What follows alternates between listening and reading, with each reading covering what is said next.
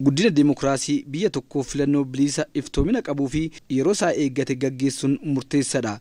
Guddina demokraasii Itoophiyaaf filannoo waliigalaa torbaffaan bara kana adeemsifamu iddoo olaanaa akka qabu simameera. Filannoo waliigalaa kanaaf mootummaan qophiilee garaagaraa gochaa jira. Kanneen keessaa boordii filannoo jabeessuu, seerota filannoo fooyyessuu, galteewwan qopheessuu fi hirmaannaa lammiilee cimsuudha. Paartileen morkattoota sagantaa isaanii uummataa dhiyeessuu, miseensota gurmeessuu fi duula filadhaa nageenya qabu taasisuuf qophii irratti argamu. እንደ ኢዜማ እኛ ፖለቲካ የሰላማዊ ትግል ላይ መሆን አለበት. Nuti akka izeemaatti siyaasni nageenya irratti hundaa'uu qaba jennee amanna. Yoo nageenya ta'e faayidaa hedduu qabaata. Filannoo darbeef imaammata 40 ol miidiyaalee fi waltajjiiwwan garaagaraatiin beeksisaa turre. Filannoo bara kanaafis dhimmoota waqtaawaa dabalatee sagantaalee hedduu qopheessinee jirra.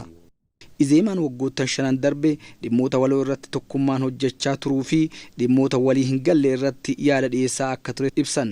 ላለፈው 5 ዓመት ኢዜማ በተለያዩ በሐሳብ በሚመሳሰልባቸው ሐሳቦች ላይ ድጋፍ እንዳደረገ ሁሉ ደግሞ የሐሳብ ልዩነት ሲኖረው ልዩነቶቹን በአደባባይ ሲያሳይ እንደከረመ ወጎታ ሸነን ደርቤ ኢዜማን ዲሞታ ወልፋካቶ ኢራቲ ሞቱማ ወሊን ሆጀቻ ቱሬ አካሱማስ ዲሞታ ገርገር ባሳን ኢራቲስ ያዶታ ዲየሳ ቱሬ በረኩማ ለማፊኩዳፉሪቲ ያይ አደምሲፍኔን ሞቱማ ወሊን ሆጀቹን አከ በርባቺሱ ሙርቴሲኔ dhimmoota addanuu baasan irratti yaadota furmaataa dhiyeessaa turre. Hojiin gama boordii filannoo biyyaalessaan hojjetamaa jiru filannichi fooyyee akka qabaatu gargaara jedhaniiru. በዘንድሮ ዲጂታል ምዝገባ ተጀምሯል። ጥሩ መልካም ነገር ነው። ዲጂታል መሆኑ እየሄድን ያለ ነው። ሙከራው የሚበረታታ ሙከራ ነው። ምርጫ ቦርድ የሞከረው ሙከራ filannoo waliigalaa torbaffaaf galmeen kallattii dijitaalaan eegaluun isaa waan gaariidha. Yaaliin kun kan jajjabeeffamuu qabudha. Nutis kaadhimamtoota keenya galmeessuu irra jirra. Tooftaa miseensa itti filannu adda ta'e qabna. Boordii filannoo biyyaalessaatiinis waliigaltee irra geenyee jirra. Lammiilee filannoo irratti sagalee isaanii sirnaaf fayyadamnaan biyya dimokiraatoftuu uumuu keessatti shoora olaanaa waan taphatuuf hirmaannaan cimee itti fufuu qabas jedhameera. Daawwattoota fufnaa guddinaa fi riiformiin dameewwan adda addaa irratti taasifamee anniisaa niwukilaaraan deeggaruun murteessaa ta'uun isaa himame. Anniisaan niwukilaraa madda anniisaa abdachiisaa fi yeroo barbaadu ta'uunis ibsamee jira. Seenaas Sangirmaa. Itoophiyaan hojiiwwan ijaarsa dhaabbilee irratti hojjettee fi riiformii dameewwan adda addaa irratti taasifteen guddina abdachiisaa galmeessuu irratti argamti. Guddinni waliigalaa badhaadhina hunda galeessa mirkaneessuu kaayeffachuun galmaa jiru. Madda anniisaa abdachiisaa fi yeroo isaa eeggateen deeggaramuu waan qabuuf koomishiniin anniisaa niwukilaraa dameewwan misoomaa hundaaf bu'uura ta'e hundaa'uun hojiitti galameera. Anniisaan niwukilaraa dinagdee dijitaalaa akka biyyaatti hojiirra oolaa jiru si'oomsuu fi indaastiriiwwan oomishaaf madda anniisaa amansiisaa ta'uun guddina biyyaa bu'uura cimaa irratti hundeeffame mirkaneessuuf shoora bakka bu'ummaa hin qabne kan baatu ta'u koomishinara ittaanaan koomishinii niwukilaraa Itoophiyaa ኢንጂነር አብዱረዛቅ ዑመር ዱበተኒሩ ቴክኖሎጂው በጣም ሰፊ ስራ ኃይልና ኳሊቲውን የጠበቀ ስራ ይፈጥራል።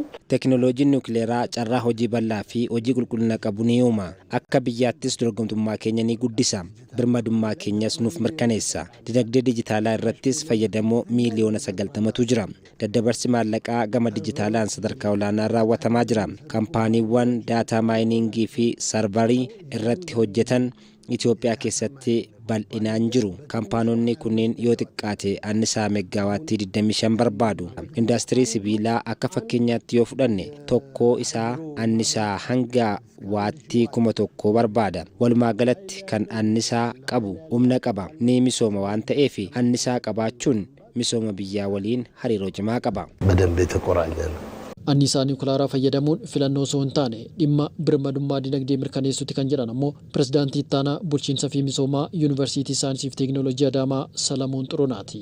Guddina yoo barbaadde anniisa barbaadda. Anniisa yoo barbaadde immoo tokko inni guddaan kompaaktid kan ta'e anniisa of keessaa kan qabu immoo niwukilariidha. Kanaafuu hojii niwukilarii hojjechuun waa'ee leegjarii tun ta'in filannoo kan qabu tun ta'in ganaa yeroo booddee turre hojjenna kan jennu tun ta'in amma dirqama haala amma guddinni keenya jiru kan fide waan ta'uudhaaf isa kana awarenessii uummataaf geessisuun uummanni akka beeku gochuun dhaabbileen olaanaan kanarratti xiyyeeffachuu qabachuudha. Anniisaan niwukilaraa anniisaa qulqulluu faalama qilleensaa hambisuuf dandeessisu akka ta'es dubbataniiru. Anniisaa kaarboon daayoksaaydii global warmingiidhaaf kontribiutii warra hin goone keessaa kan akka solar energy kan jennu kan akka hydro power kan jennu kan akka wind energy keessaa anniisni niwukilaaraa isa tokko jechuudha. Iccitiin guddina amansiisaa mirkaneeffachuu biyyoota addunyaa anniisaa niwukilaaraa fayyadamuu ta'uu kan himan Salamoon Xurunaa inisheetivii misooma anniisaa niwukilaaraa Itoophiyaa qaamni hunduu tumsuu akka qabus dhaamaniiru.